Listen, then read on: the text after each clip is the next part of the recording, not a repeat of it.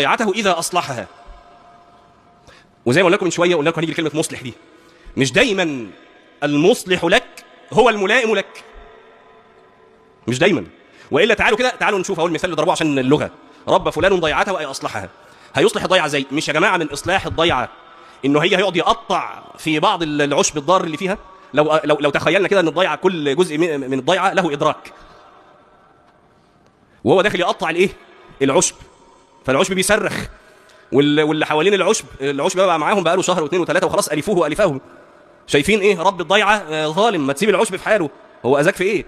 وهذا من إصلاح الضيعة. ضيعته ربنا بيربيك، قلبك متعلق قوي بالشغلانة دي، راحت الشغلانة، بالصفقة دي راحت الصفقة، بالشخص ده راح الشخص، اتجوزت غيرك، اتجوز غيرك. تربية. ليه؟ خرج كل ده من قلبك.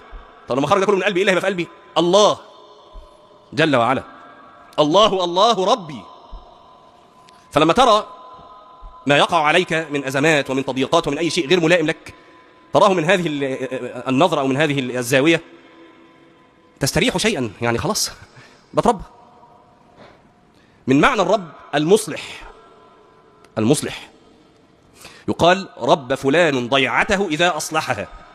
الضيعة اللي هي الجنينة ولا البستان ولا كده. رب فلان ضيعته إذا أصلحها. وزي ما قلنا لكم من شوية، قلنا لكم هنيجي كلمة مصلح دي، مش دايما المصلح لك هو الملائم لك، مش دايما. وإلا تعالوا كده، تعالوا نشوف أول مثال اللي ضربوه عشان اللغة. رب فلان ضيعته أي أصلحها. هيصلح الضيعة زي، مش يا جماعة من إصلاح الضيعة إنه هيقعد يقطع في بعض العشب الضار اللي فيها؟ لو تخيلنا كده إن الضيعة كل جزء من الضيعة له إدراك، وهو داخل يقطع الإيه؟ العشب، فالعشب بيصرخ، واللي حوالين العشب بقى معاهم بقى له شهر واثنين وثلاثة وخلاص ألفوه. شايفين إيه؟ رب الضيعة ظالم، ما تسيب العشب في حاله، هو أذاك في إيه؟ وهذا من إصلاح الضيعة، مش كده؟ خلصنا تقطيع العشب، هيروح جايب الإيه؟ الجرار اللي بيقلب في الأرض عشان يقعد يقلب التربة. تخيلوا كده لو التربة إدراك، عمالة تصوت وتصرخ سيبني في حالة مجرم، وهو يصلحها، ولن يصلحها إلا ذلك. فأنت جزء من إصلاح نفسك، تلك الابتلاءات جزء من إصلاحك. أقول لك حاجة أعجب، الملائم لك اللي أنت هتموت ويحصل ده أنت بتحرجم على خراب دنيتك وآخرتك. جاء في بعض الآثار، وهذا الأثر جميل، جاء في بعض الآثار أن الله عز وجل يقول: إن من عبادي من لا يصلحه إلا الغنى ولو أفقرته فسد حاله، وإن من عبادي من لا يصلحه إلا الفقر ولو أغنيته فسد حاله، وإن من عبادي من لا يصلحه إلا المرض ولو صححته فسد حاله، وإن من عبادي من لا يصلحه إلا العافية ولو أمرضته فسد حاله. فأنت أي وضع أنت فيه احمد ربنا. ليه؟ أصل الله ربي، ومن معاني الرب الإيه؟ المصلح. ولذلك نقول دايما إن الأبناء لازم يبقى في التربية عشان يطلع يعني بقوانين الدنيا، وإلا يعني إيه؟ الملك متربي، قال إيه؟ أيوة حفظوا أي حاجة، حتى الأمثال يعني مثل حلو برضه جميل. الملك متربي قال ده من عند ربي يعني وعندنا يعني في السلف كتير اللي إيه طلع يعني عالم وكده وهو يتيم ملوش أب أصلا. إنما ليه دايما نقول يبقى في أب وأم؟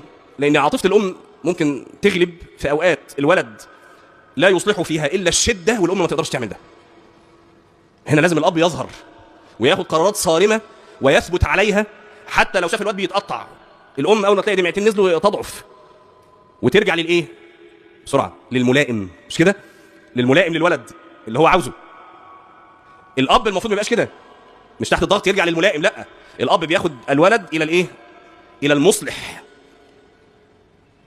فالرب من معانيه المصلح. الله ربي مصلحي، فده من معاني الرب. كذلك وانت بتقول الله ربي لا أشرك به شيئا، إذا قلنا أن الرب هو المربي والرب هو المصلح، فكأنك تتلمح في لفظة الرب معنى الرحمة والشفقة، حتى لو في حاجة شديدة إنما يفعلها بك رحمة بك.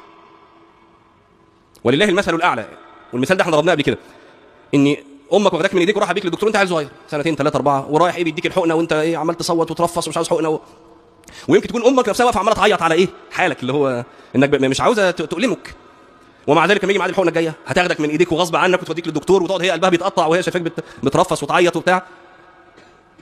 مش كده يا جماعه؟ بالذات لو مرض شديد عند الطفل، بنشوف تبقى الام واقفه بتقطع بره، الولد عنده سرطان ولا بتاع وعمال يصوت جوه من الكيماوي مش مستحمل، ولد صغير، والام بره منهاره على صراخ الولد. طب تعالى ميعاد الجلسه الجايه، الام هتعمل ايه؟ هتاخد الولد وتروح. ولله المثل الاعلى. فانت تتلمحه حتى في تلك الحال الغير ملائمه لك، اللي انت مش مستريح فيها، اللي انت كنت تتمنى حاله غيرها، انت تتلمح في هذه الاحوال معنى الايه؟ الرحمه. يا ابني دي رحمه بيك. ايوه ازاي دي رحمه؟ ما هو انت ما تفهم، انت مش فاهم اصلك. اصل انت لو كانت الحاله غير كده انت كان زمانك في حته تانية مش في المسجد. طب انا اصلا ما باجيش المسجد فايه طيب ما ربنا سبحانه وتعالى بيسوقك اليه جل وعلا، بيضيق عليك عشان تقول يا رب. افهم بقى. يبقى الله ربي. ولذلك يا جماعه شوفوا الله عز وجل ماذا قال؟ ولا تقتلوا انفسكم ان الله كان بكم رحيما. ما تقتلش نفسك. هنا طبعا ولا تقتلوا انفسكم، الاصل ان هي ولا تقتلوا غيركم، يعني انفسكم يعني غيركم، انما المعنى موجود ولا تقتل نفسك، ما تقتلش نفسك، ان الله كان بك رحيما. هنا في معنى جميل جدا.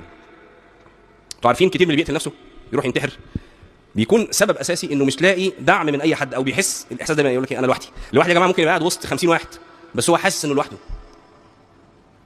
فنقول له في ربنا وربنا رحيم. يعني لو انت حتى مش شايف ان معاك ناس، معاك ربنا، ان الله كان بكم رحيما. ناجي الرب سبحانه وتعالى، اختلي به، تعود الانس به جل وعلا، وهذا من العلاج. الله ربي لا اشرك به شيئا.